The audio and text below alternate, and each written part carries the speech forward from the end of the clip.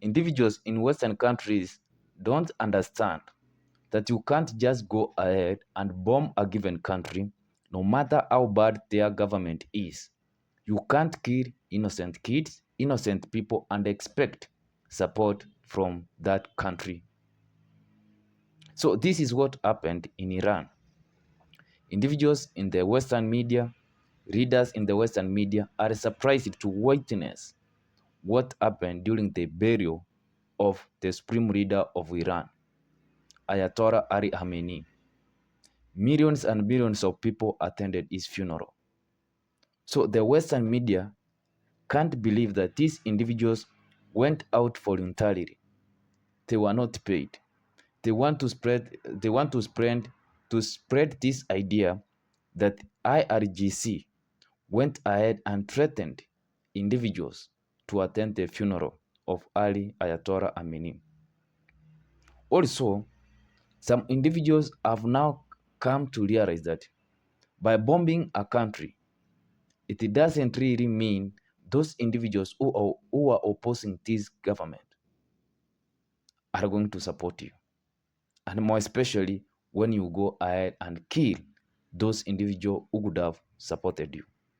Let's have an observation of this already, and then we are going to give out some thoughts. But before we do that, just go ahead, subscribe, like, and also don't forget to share.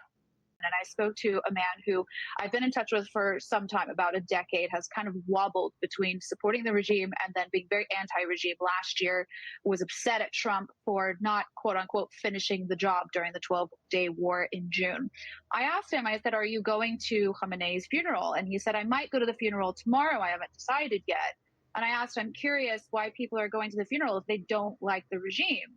And he said, I can't speak for others, but for me, everything changed when Trump killed kids in Manab and said that his goal was to end Iranian civilization. He made it clear that we are not human to him. That's interesting. What about the scale of these crowds, the chance for revenge? Does it suggest the war has rallied to the point you just made, actually, even greater support for the regime potentially? Or is there an extent to which the show of unity is genuine versus the result of just pressure from the Iranian government, which of course punishes dissent? Yes, exactly. I mean, I think it's a mix of all of that. This conversation with this source of mine did continue, and I challenged him on this. And he said, I stand with whoever saves my people, not any government or person. When I saw Trump and Israel want to kill us, I'm with anyone who protects us. I know there are those individuals from Western countries, from those countries that hate Iran, who believe that these videos, which were observed of Iranians mourning their supreme leader, were AI-generated videos. I believe there are those individuals who strongly believe that, because governments like the government of Israel went ahead and generated AI videos showing Iranians going ahead and demonstrating against the government of Iran. But the difference is, Iran this time allowed foreign reporters to go and attend the funeral of Ayatollah Ali Khamenei. So Western powers captured some of these videos. It's real. Millions and millions of people attended the funeral of Ayatollah Ali Khamenei.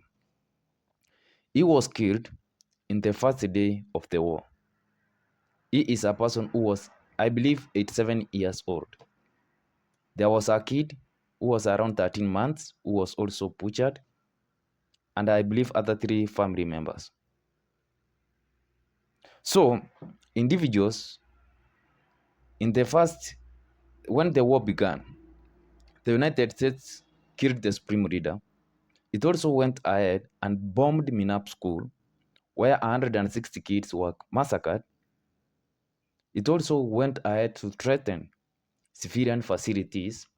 Donald Trump threatened that he was going to use nuclear weapons against the Iranian people, and he was going to wipe out the civilization of Iran.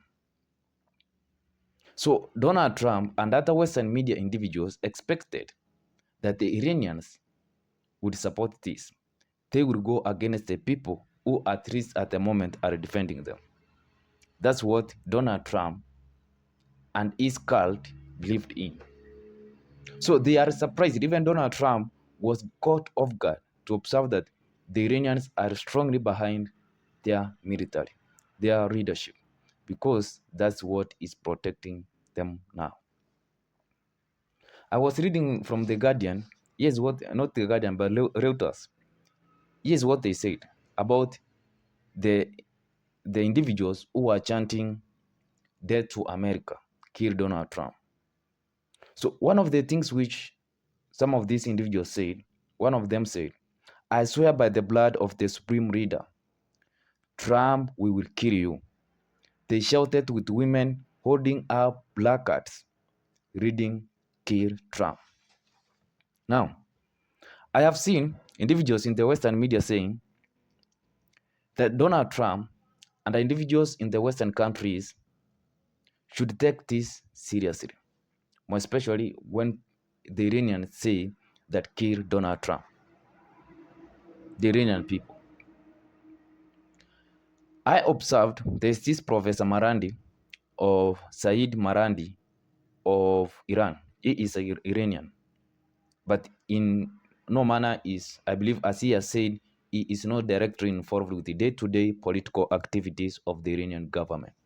He is a professor of Tehran University. He said, which I do support, if it was the United States of America, whose leader was killed, whose 160 kids were killed, who more than 300 not 300 actually, 3,000 civilians have been killed, the country which could have done that, it could have used, the United States could have used nuclear weapons against them. That's it. They could have not stayed. They are the only country which have used nuclear weapons. So the Iranians who have been now, who are at the receiving side, who are being oppressed, they are accused of being, of threatening the life of Donald Trump, the oppressor. This is what actually Malcolm X said. Malcolm X, I'm a big fan of him. He is my hero when it comes to politics. So Malcolm X said, when your oppressor, for example, he is kneeling, he is crushing you down, the way you react should not be controlled by the oppressor. You are fighting for your life, and you should use the best means possible to ensure that you take care of your life. And I believe this is what the Iranians are doing. They understand that they are being killed, they are being destroyed, and they deserve to at least shout some chants. So this supreme leader, Ali Ayatollah Khamenei, has been a leader of Iran since 1989. So he has been in a leadership position for 27 good years. He is supposed to be buried in a center, in a place called Mashhad in northeast Iran, following a week of mass processions, rallies, and mourning ceremonies. So he was also taken to Iran. And one of the things which is also so dangerous, which probably Western countries do understand but they don't want to accept, is that the Shiite, I don't understand how the name is supposed to be pronounced, but I believe it's Shiite or Shiite religion. They take martyrdom seriously. They take martyrdom seriously. So here is what the writer said. Martyrdom holds a central place in Shiite theology, and Khamenei's death at the hands of foreign enemies has played into a religious and political tradition that runs deep through the Islamic religion. So, for him being killed by the foreign adversaries, and you need to remember that he himself decided not to go into hiding, so it is kind of going to enable those individuals who are fighting for the Iranian cause to be more strong, to be more competent, and to be ready to rally behind the flag. As usual, I will love your thoughts, more especially when it comes to these individuals from Western media not understanding that once you are going ahead to hurt civilians, even their leadership, even if they were so bad, they are not going to support the enemy. They are going to support their own, because at the end of the day, Donald Trump has shown he doesn't care of Iranians. He doesn't care of any individuals, because he doesn't care even for his own citizens. So see you in my next one. Siku njema.